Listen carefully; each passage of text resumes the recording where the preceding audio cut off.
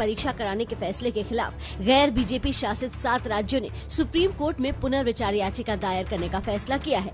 कांग्रेस अध्यक्ष सोनिया गांधी के साथ 7 राज्यों के मुख्यमंत्रियों की बैठक के दौरान पश्चिम बंगाल की मुख्यमंत्री ममता बनर्जी ने विपक्षी सरकारों को कोर्ट जाने की सलाह दी। Let us do it together.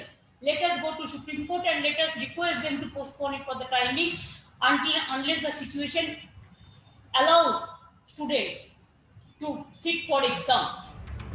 इस बैठक के दौरान झारखंड के मुख्यमंत्री हेमंत सोरेन ने प्रधानमंत्री या राष्ट्रपति से मिलने की सलाह भी दी। मुझे लगता है कि कोर्ट जाने से पहले एक बार पीएम के यहाँ चला जाए या प्रेसिडेंट के यहाँ चला जाए jointly, then we will move to supreme court. मुझे लगता है ये स्टेप उठाना चाहिए। उधर बीजेपी की राज्य सरकारें परीक्षा कराने के पक्ष में दलीलें दे रही हैं। गोवा में ऑल टुगेदर वैसे 19,000 स्टूडेंट्स पूरे स्टेट में एग्जाम को बैठे थे। उसी में से आज सभी स्टूडेंट्स, अभी पेरेंट टीचर एसोसिएशन, टीचर्स आज सभी गवर्नमेंट का धन्यवाद देते हैं।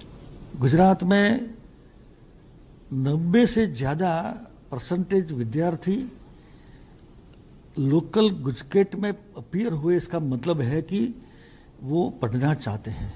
लेकिन परीक्षा के पक्ष में तरह तरह की दलीलें देने वाले भूल जाते हैं कि दिक्कत सिर्फ कोरोना संक्रमण को लेकर नहीं है। दिक्कत कोरोना की वजह से लगी पाबंदियों, प्राकृतिक आपदाओं और कोचिंग क्लास के नहीं होने से भी है।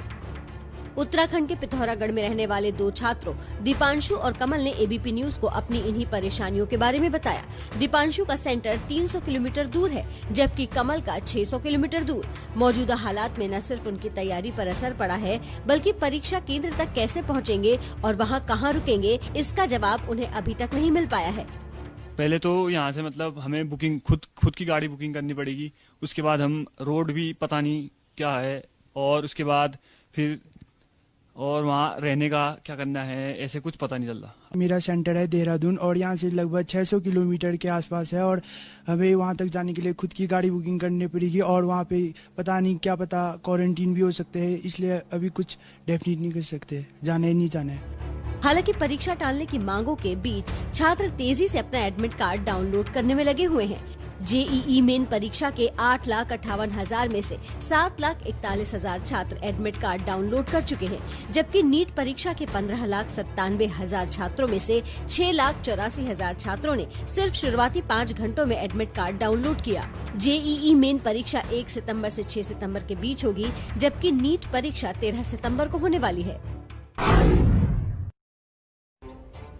तो जान और इम्तिहान की जंग में किसकी होगी जीत, ये बड़ा सवाल लगातार बना हुआ है। निपुण सहगल हमारे सहयोगी दिल्ली से हमारे साथ जुड़ गए। निपुण, इससे पहले जब सुप्रीम कोर्ट ने इस मसले पर सुनवाई की थी तो उन्होंने कहा था जो इम्तिहान है वो छात्रों के हित में है, विद्यार्थियों के हित में और होने चाहिए। अब पुनर्विचार याचिका कितनी स्ट्रांग आपको लग रही है इस पूरे मसले पर? देखिए, पुनर्विचार याचिका कोई बहुत व्यवहारिक बात तो नहीं लग रही है, लेकिन मुख्यमंत्री जो होते हैं वो राजनीतिक लोग होते हैं, तो उनको कई तरह के मैसेज भी देने होते हैं लोगों को कि हम कुछ कर रहे हैं। पर कानूनी तौर पे देखा जाए तो बहुत व्यवहारिक नहीं लग रहा है। 17 अगस्त को सुप्रीम कोर्ट ने साफ तौर पर कहा था कि हम छात्रों का एक कीमती साल बर्बाद नहीं होने देंगे, और क्या इस देश में सब कुछ रोक दिया जाए?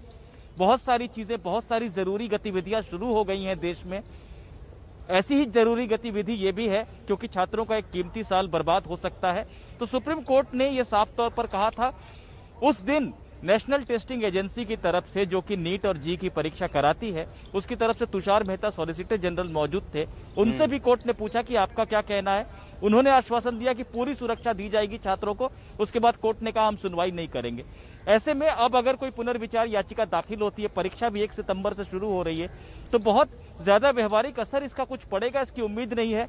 हालांकि लेकिन एक बड़ा सवाल ये है, जो लोग तर्क दे रहे हैं कि परीक्षा नहीं होनी चाहिए, वो कह रहे हैं कि सुप्रीम कोर्ट भी बंद है, वहां पर फिजिकल हियरिंग नहीं हो रही है, इसके अलावा संसद भी बंद है। इलाहाबाद हाईकोर्ट ने कहा है कि इतने मामले यूपी में बढ़ रहे हैं कि आप लॉकडाउन करो, नहीं करोगे तो हम एक्शन लेंगे। तो ये विरोधाभास नहीं है? आप एक तरफ तो कह रहे हैं परीक्षाएं करो, दूसरी तरफ आपने अपने दरवाजे बंद कर रखे। ये कहना गलत है कि सुप्रीम कोर्ट बंद है। सुप्रीम कोर्ट के ज्यादातर जज 60 साल से ऊपर की उम्र के होते हैं, बुजुर्ग होते हैं। वो कोर्ट में नियमित रूप से आ रहे हैं, कोर्ट स्टाफ से मिल रहे हैं, काम लगातार चल रहा है। बस ये है कि वीडियो कॉन्फ्रेंसिंग के जरिए सुनवाई हो रही है, लेकिन कोर्ट ने अपना काम बंद नहीं कर दिया है। कोर्ट ने कई मामलों में, जैसे पुरी की जगन्नाथ रथ यात्रा थी, वहां पर भी शुरू में तो रोक लगाई, लेकिन बाद में जब यह आश्वासन सरकार ने दिया कि पूरी सुरक्षा दी जाएगी और बीमारी को नहीं फैलने दिया जाएगा, तो कोर्ट ने कहा जब सरकार ये कह रही है, उसी तरह से यहां पर भी इस मामले में भी सरकार ने आश्वासन दिया, जिसके बाद कोर्ट ने अनुमति दी। तो अब ये सरकार की जिम्मेदारी है कि जो कोर्ट में कहा था उसको कैसे उसका पालन करती है। बहुत शुक्रिया निपुण सहगल। इस पूरे मामले में जो भी अपडेट होगा, उम्मीद है सबसे पहले आप ही से, एबीपी न्यूज के दर्शकों को मालूम होगा। तो एक तरफ देखिए सरकार परीक्षा से पीछे हटने को तैयार नहीं है, तो दूसरी तरफ विपक्ष परीक्षा को टलवाने के लिए सुप्रीम कोर्ट जाने को तैयार है। सरकार परीक्षा करवाने को लेकर दलीलें दे रही है, तो कई लोगों को यह लगता है कि मौजूदा हालात में परीक्षा करवाने पर छात्रों के साथ इंसाफ नहीं होगा।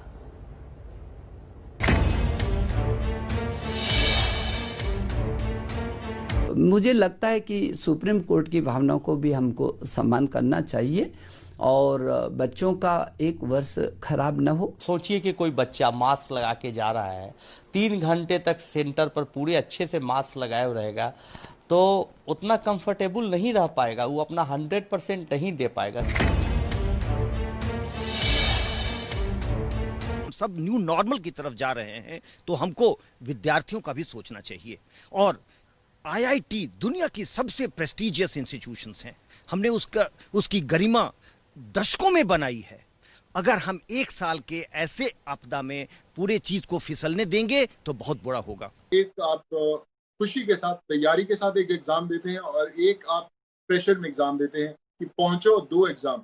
मैं गारंटी से कह सकता हूं कि चाहे सारे के सारे स्टूडेंट्स तैयार हो, उनकी तैयारी हो और कैसे भी गिरते उठते पहुंच जाएंगे अपने एग्जाम सेंटर्स में, पर आज आप एग्जाम दे लीजिए और 60 दिन बाद दे लीजिए, जो परसेंटेज, जो स्टूडेंट्स की क्वालिटी, जो उनकी परफॉर्मेंस में फर्क होगा, वो जमीन आसमान का होगा। छात्र के साथ हैं, पहले उसकी सुरक्षा, उसके बाद उसकी शिक्षा, और सुप्रीम कोर्ट का भी हमको सम्मान करना है। और उन अभिभावकों को, जो अभिभावक लगातार हम पर दबाव बनाए हुए हैं कि, और छात्र भी, जितने भी हमारे हेल्थ इश्यूज रिगार्डिंग जो SOPs इन्होंने बताए, जो पिछले एग्जाम्स में हुए SOPs, स्टैंडर्ड ऑपरेटिंग प्रोसीजर जो अप्लाई किए गए, वो काम नहीं आए। जब राइजेस, हमारे कोरोना राइजेस कम थे तो सब कुछ लॉकडाउन हो गया था, और अब जब इतने ज्यादा राइज है कोरोना में, तो फिर अब तो सब कुछ बंद होना चाहिए, और मेन तो हमारा एग्जाम तो अभी होना नहीं चाहिए।